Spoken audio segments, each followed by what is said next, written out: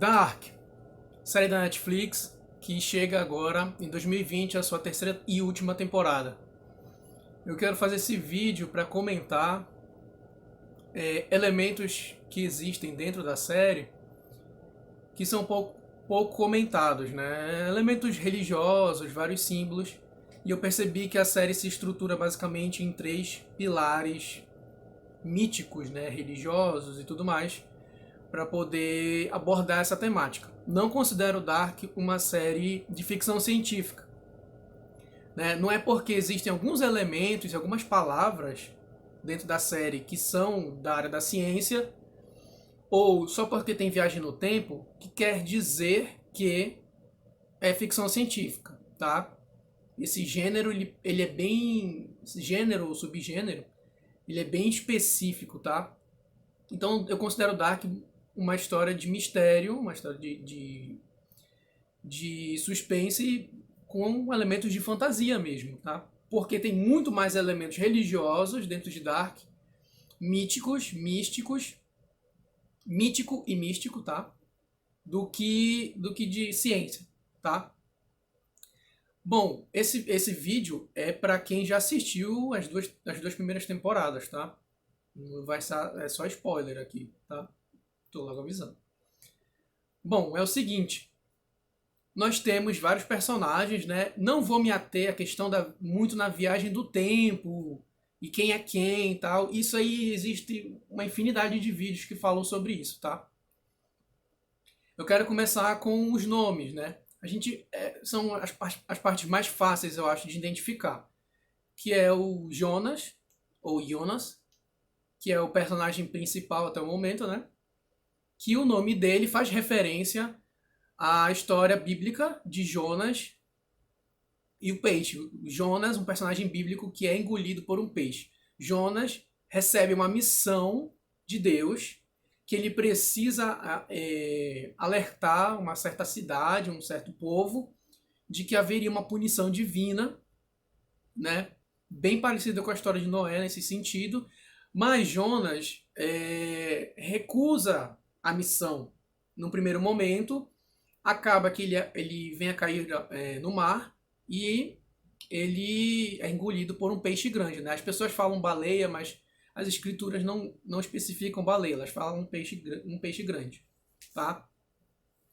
E aí Jonas é engolido pelo peixe, e quando ele sai do peixe, que aí existe uma simbologia de ressurreição, né? Por isso que Jesus Cristo, quando faz referência a Jonas, ele diz que vem trazer a marca de Jonas, que é a ressurreição. Muita gente também coloca essa coisa de vocês a morte simbólica, né? Você tem uma morte simbólica que ela é uma espécie de representação da transmutação da sua alma e tal. Você se torna uma outra pessoa, um iniciado, vamos dizer assim, depois desse processo de iniciação, que é uma morte simbólica. A morte simbólica seria ele ter sido engolido pelo peixe, tá? Basicamente isso. A mãe do Jonas, que se chama Hannah, se você prestar atenção, Hannah, você lê Hannah da mesma forma, de trás para frente, tá? Hannah também foi uma personagem bíblica, que ela foi a mãe de Samuel, que foi um profeta. Tá? Ela não conseguia ter filhos e ela pediu a Deus que se ela tivesse um filho varão, ela destinaria esse filho para o sacerdócio. E isso é atendido, ela vem a ter um filho e destina ele para o sacerdócio. E logo na juventude ainda, ele começa a ter muitos sonhos proféticos, visões e tudo mais, né? É o que a gente vê logo de cara nos primeiros episódios da primeira temporada de Dark, né? O que acontece com o Jonas. Tá? Bom, além disso, nós temos o Noah, que é uma referência bem clara a Noé, né? Que é um pastor e tudo mais. O que acontece? O Noah, nas primeiras cenas que ele... nas primeiras cenas não. Existe uma cena no momento que aparece as costas dele, né? E tem uma tatuagem às costas. A tatuagem é a tábua de esmeralda. Eu vou colocando as imagens aqui. Aquela tatuagem são as tábuas de esmeralda, tá? Que é uma espécie de texto hermético, né? Texto que se atribui a Hermes Trismegisto, né? 3 vezes mestre. Lembra que o número 3 ele é bem significativo dentro de Dark. Então, Hermes Trismegisto, né? Posso fazer um vídeo mais aprofundado só sobre isso, mas você tem que não dá para aprofundar tanto, senão o vídeo vai ficar gigante. Bom, basicamente, eu me identifiquei que existem 3 elementos, 3 estruturas básicas, míticas e místicas dentro de Dark, que é o catolicismo não, o cristianismo, tá? É o cristianismo com base na Bíblia.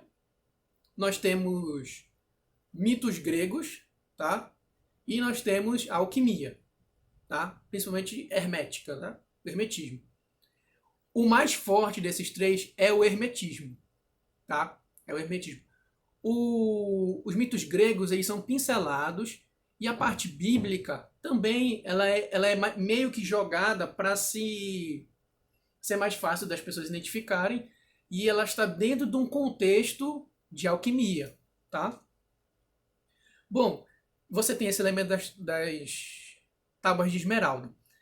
Existe um episódio muito específico que ele é bem revelador de quase tudo, né, de Dark, que é quando o Jonas faz finalmente aí a travessia para outra temporalidade.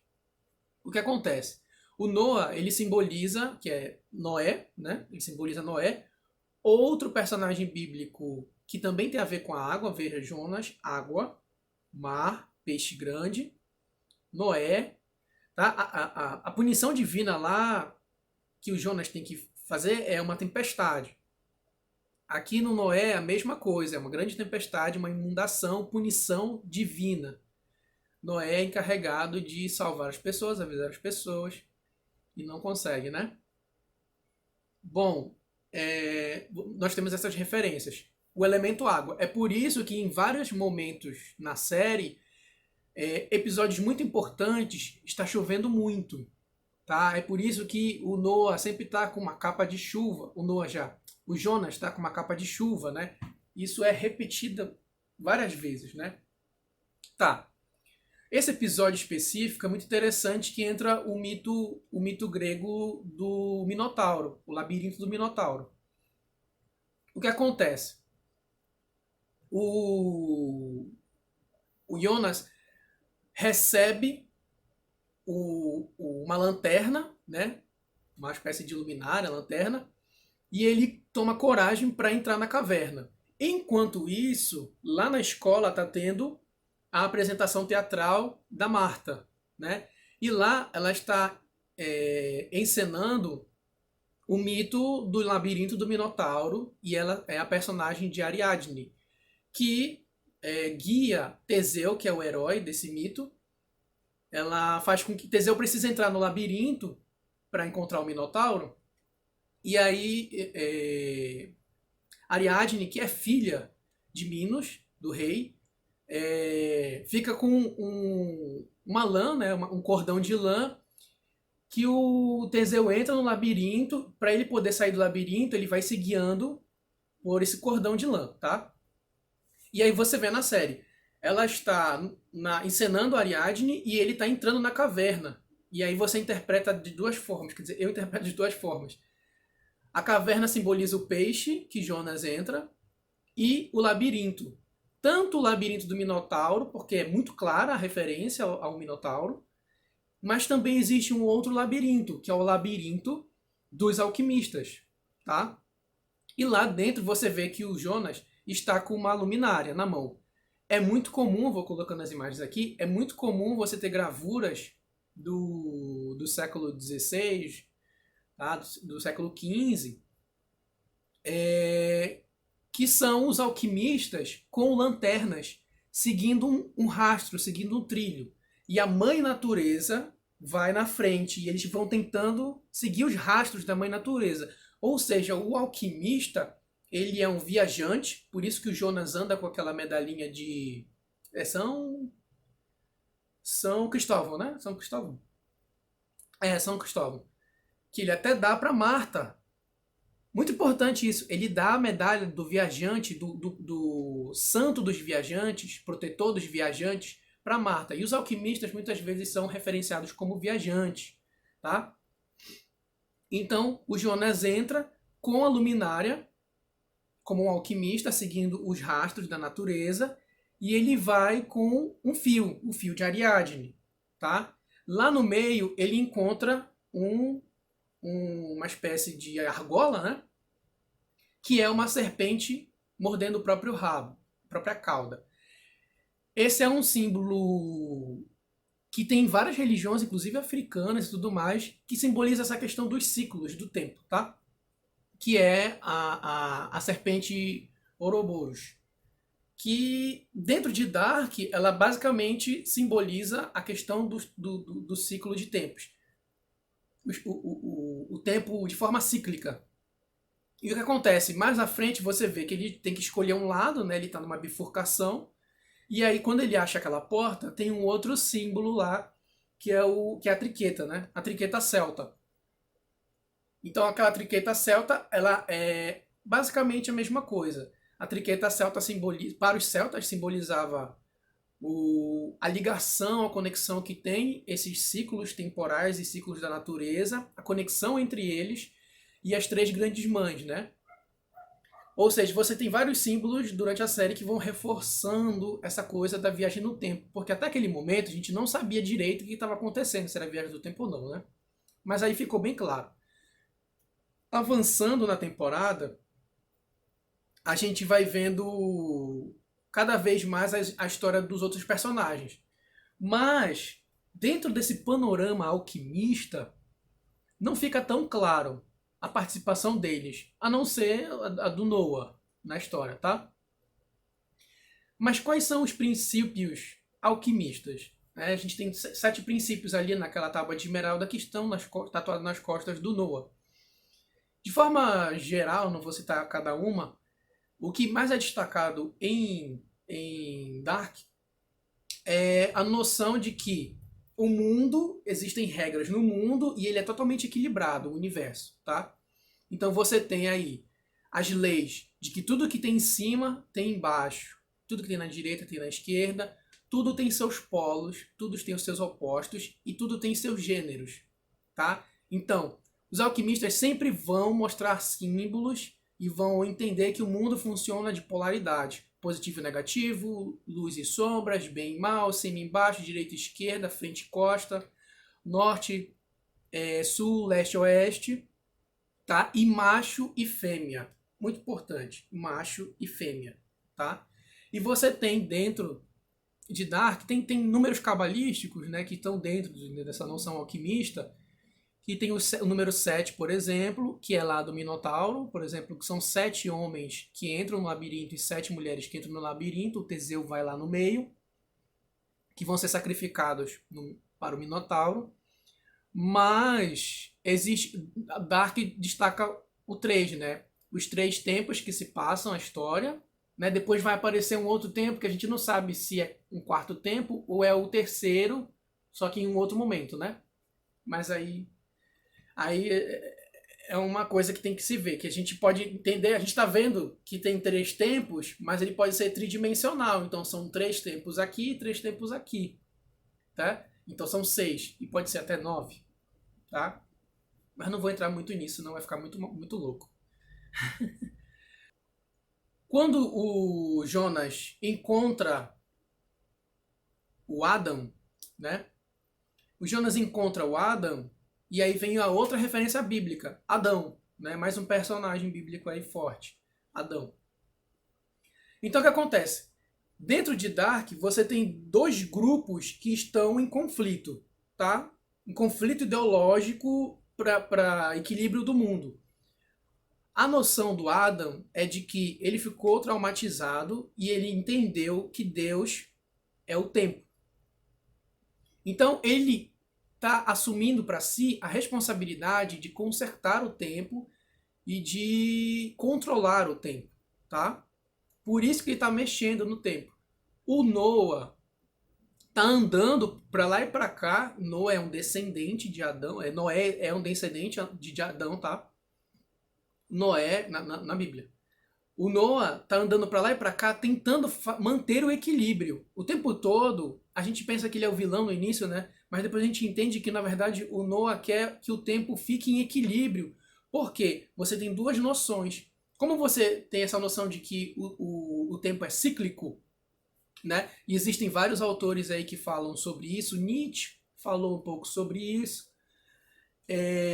Mas eu quero destacar aqui o filósofo, historiador romeno, Mircea Eliade, que tem um trabalho sobre o mito do eterno retorno, né?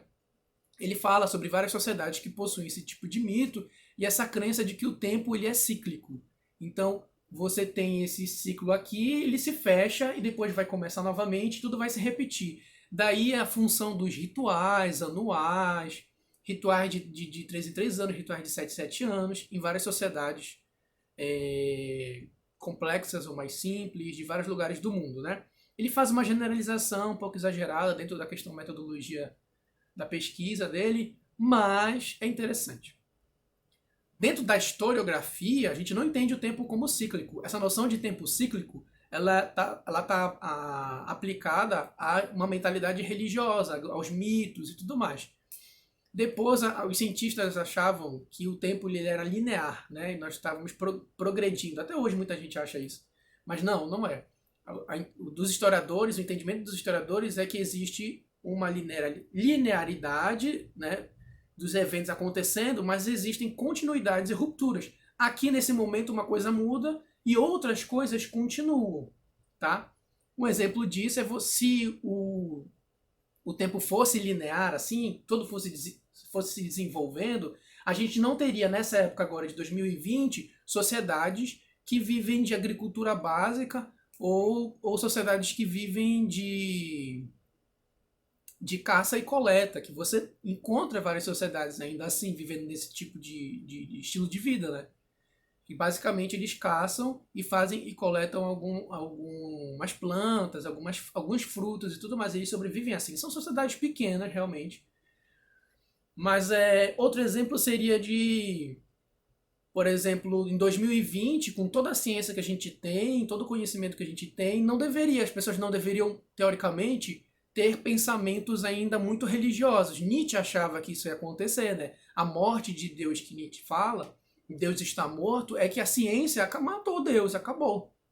Entendeu? Ninguém vai mais recorrer a noções de mundo a partir de noções religiosas, né? Vai se basear na ciência. E não é bem assim que acontece.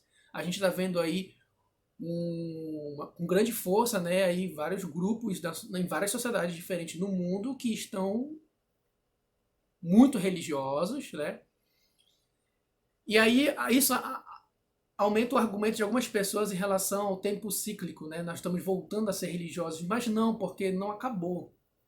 Ciclo precisa acabar, tem um início, um meio e um fim. E aí começa de novo. A gente não começou de novo de nenhum lugar. A gente continua, estamos numa continuidade, tá? Não acabou e começou de novo, do zero, tá? Basicamente é isso. Então, em Dark, você tem esses dois grupos. Os alquimistas, todos podem ser entendidos como alquimistas, tá? Filósofos alquimistas. Mas um quer controlar o tempo e o outro quer manter o tempo estável, principalmente se baseando na noção de Deus. Então, tem que estar em equilíbrio, não podemos interferir no equilíbrio do universo, tá? Que é a galera que está do lado do Noah e a galera que o Jonas se une e se propõe a derrotar o Adam, né? E aí você tem, eu assistindo o trailer da terceira temporada e vendo algumas fotos que foram jogadas pela produção no Instagram, mais uma vez vem imagens que reforçam alguns temas religiosos, como aparece no trailer, no final do trailer, uma imagem de Adão e Eva, né? E você tem ali explicitamente alguém que se chama Adão. O enigma é quem é a Eva, né? Será a Marta? Não sei. Mas é o seguinte, para você entender o que vai acontecer nessa nova temporada, basta você entender isso, que tudo existe o seu duplo, o seu espelho, o seu oposto, tá?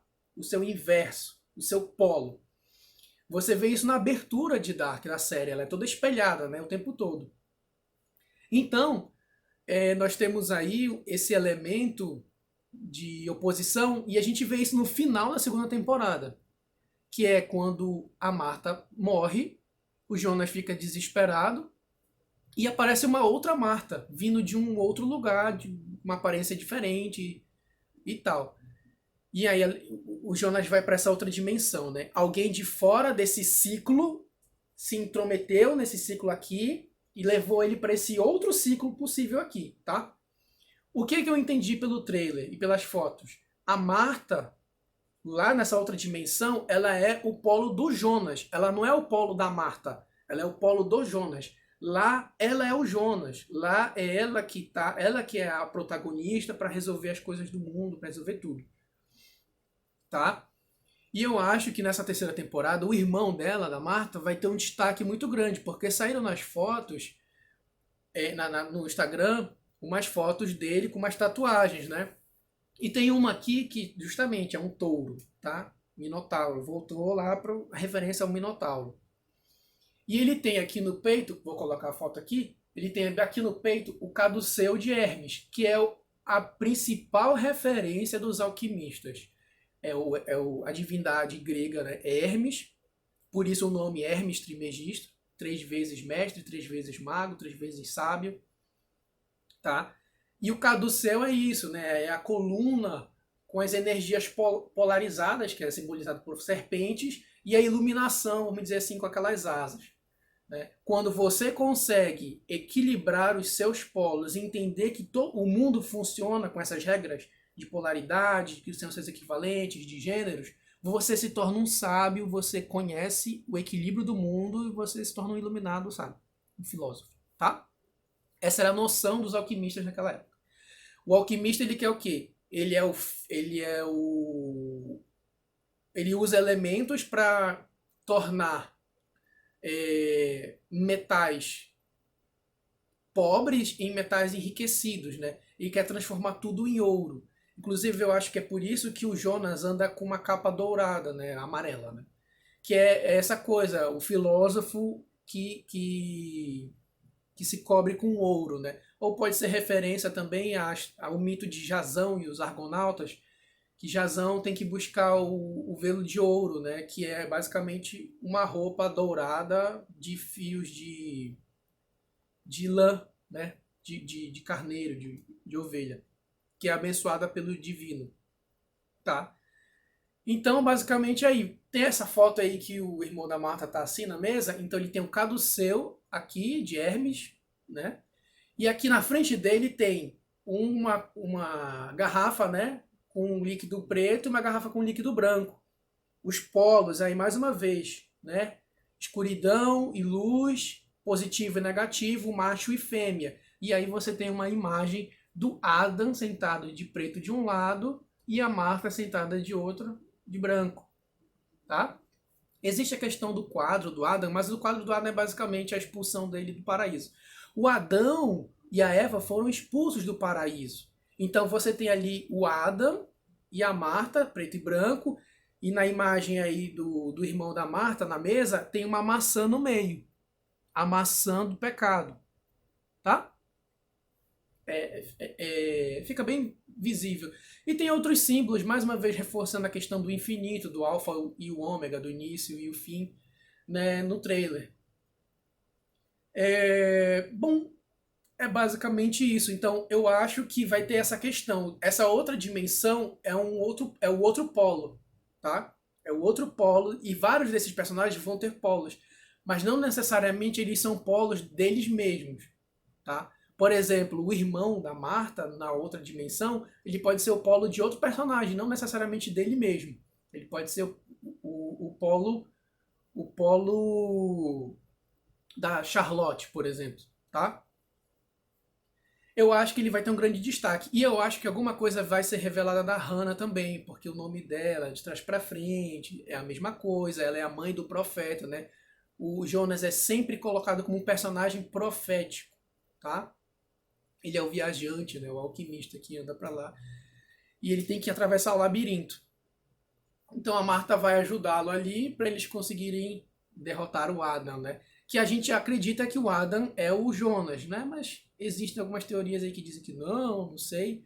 Agora, o que acontece com Mikkel, eu não sei. Eu só sei que nesse livro aqui, que eu recomendo para quem quiser estudar alquimia, tem várias ilustrações, que são essas ilustrações que eu estou mostrando aqui para vocês, e várias delas, o autor dessas gravuras alquimistas, o nome dele é Michael ou Mikkel, como você queira pronunciar, na língua que você queira pronunciar, né? Michael Myers, vamos dizer assim em inglês, seria Michael Myers. Myers, tá? Então fica aí a reflexão. Bom, é isso. Depois da terceira temporada eu posso fazer um outro vídeo. Comenta aí o que você acha, se você acha que faz sentido essas teorias ou não. Essa teoria é só seguir os princípios alquimistas. Se você seguir os princípios alquimistas, você vai conseguir deduzir bem melhor a série, tá? Mas, muito mais do que se você tentar se guiar pela Bíblia. Ou por mitos gregos, né? Do que os mitos gregos. Porque a alquimia, ela tá misturada, né? Mitos gregos e cristianismo ali no meio. E outra coisa, aqui os alquimistas, é uma garrafinha, mas não é à toa, tá? Nos alquimistas eles falam muito do mercúrio, né? E o líquido branco que fica vermelho e tudo mais. Só que na série eles preferiram colocar branco e preto, não branco e vermelho, né? Sobre as queimaduras do Adam, existe a questão dos elementos, né? Você vê que o Jonas é muito... O Jonas e o Noah, eles estão muito relacionados à água, e talvez essa questão do Adam pode ser que ele foi queimado, né? É o fogo da alquimia. Para você transmutar os elementos, é preciso haver um fogo. O alquimista tem que mexer com o enxofre, com o mercúrio, para tentar chegar ao ouro. E pode ter dado errado a experiência do Adam em tentar controlar o tempo aí, e ele se queimou, né? E no trailer tem a igreja pegando fogo. Pode ser, não sei. É isso. Comentem aí, dê um like aí. Vamos conversando lá no Instagram. Talvez eu faça uma live. Tá aqui meu Instagram. Vou colocar aqui para vocês. E é isso. Me digam aqui nos comentários o que vocês acham. Falou!